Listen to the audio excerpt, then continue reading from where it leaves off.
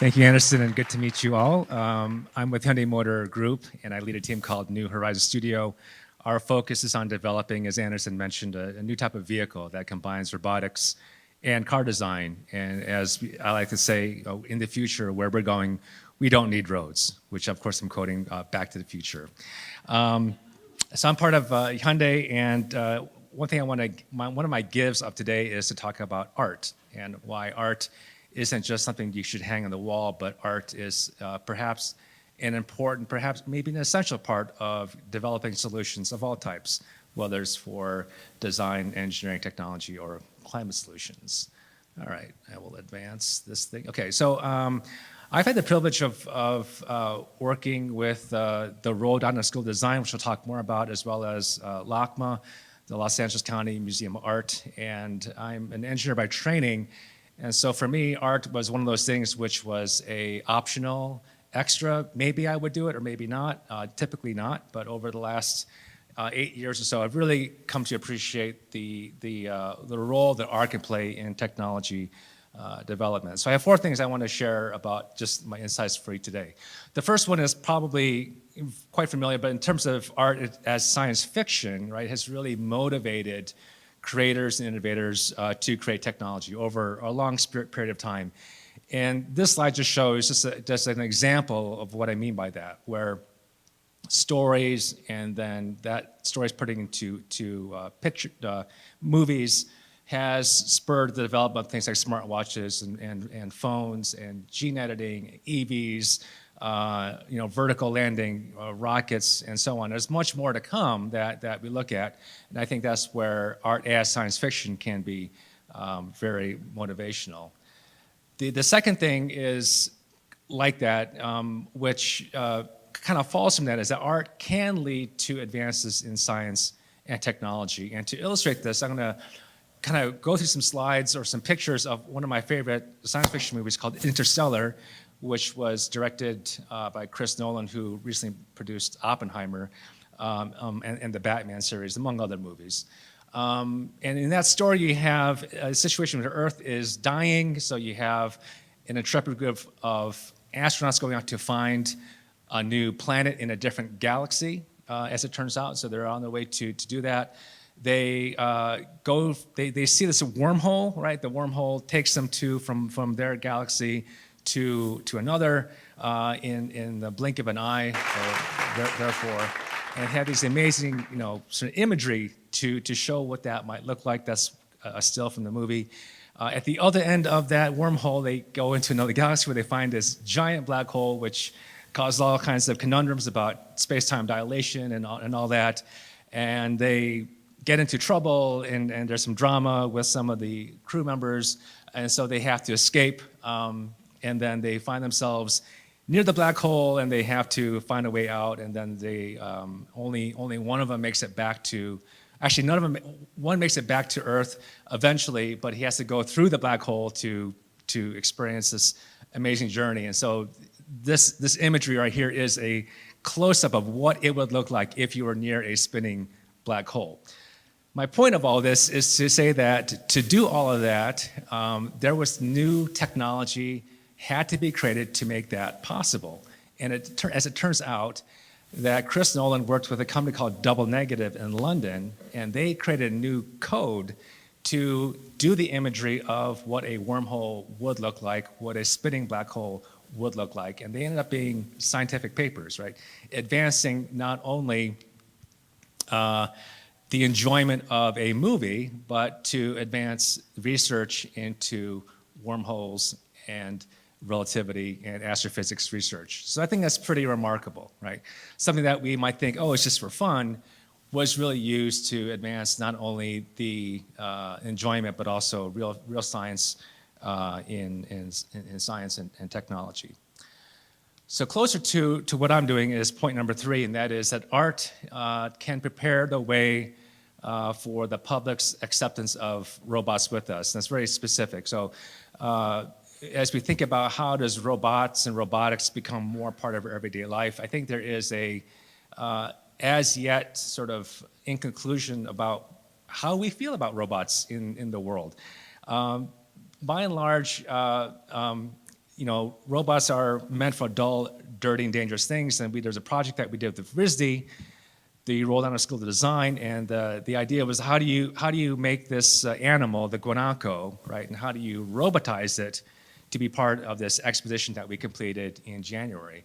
And so one way of thinking about it would be to ask a question to like ChatGPT and say, hey, make a picture of a guanaco that is attached to a quadruped robot. And you get kind of this interesting pictures, in my viewpoint, interesting that is sort of almost expected. You get a guanaco, which is shown in the lower right, and it's attached to a quadruped.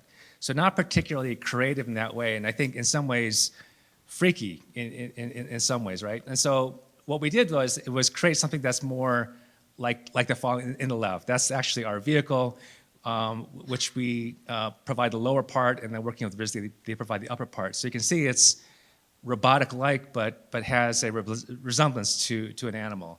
So we took this to Argentina in January, and this part of a ceremony where we were part of the performing art / technology demonstration project. It was equally a performing art project as it was a technology demonstration project. And so when you look at my team's report, it's very engineering-centric.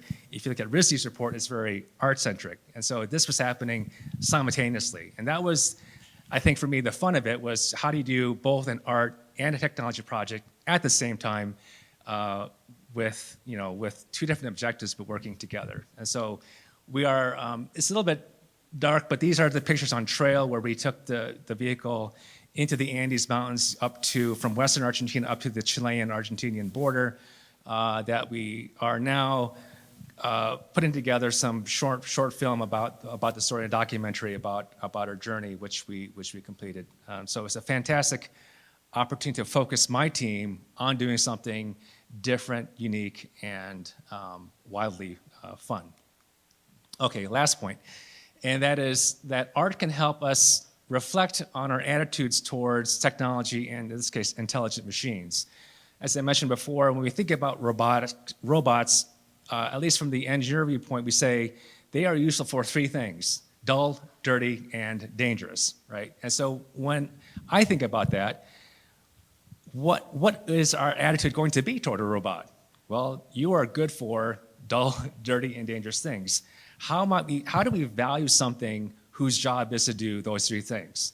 If you're a human, how do you value a human that does those things, right? Versus, I don't know, make music, sing opera, whatever, right? I think our attitude towards that is, I think challenging in a lot of ways. And so in this expedition, as we went to the border, and the picture on the right is at the border of the Chile and Argentina, there was a plaque or a statue of General San Martin and another general, and they did this route in the 1817 or so, commemorating their journey. And so I should have said that the trail was the Argentinian general who liberated Chile from the Spaniards in the 1800s, and then eventually liberated Peru and so on. So this story about the kind of liberation and freedom, et cetera. And so we left a QR code up there, and that QR code listed the three, how might we think about technology differently, in this case, robotics.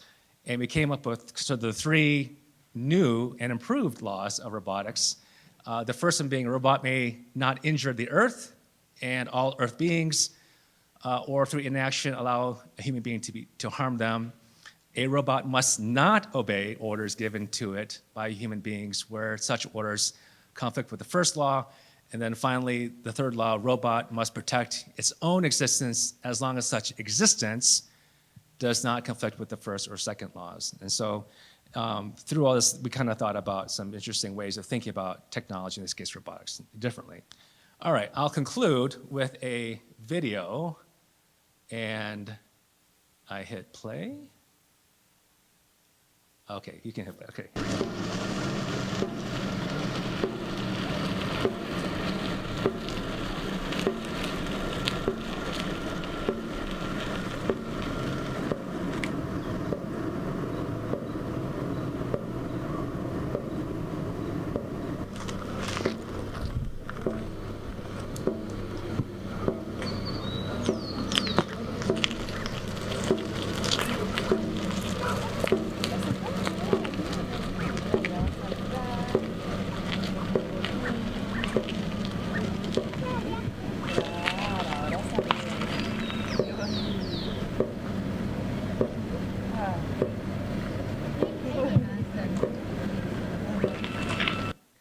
So that video is just a short clip, but if you, what I liked about it was just the bike rider, first of all, just sort of biking down the path and just like, not thinking, not having a second thought about that vehicle. And the kid, when the vehicle did a quite slight nod, the child responded, right, on his own, and then when the vehicle turned, and then he waved goodbye. So I'm not sure what to make of that exactly, but I feel like that kind of interaction, the sort of the natural association to feel comfortable around technology and robotics is going to be very, very important if we are to have, we will call it a robotics industry, if we believe, right? And I think, and we're talking about, I'll conclude with this idea of AI, right? AI is one thing. It's quite another thing when AI is into a moving thing, like a car, a robot, or what have you, right? That begins another kind of conversation we have to think about what is a robot, how do we accept it, and how do we value it. So thank you very much.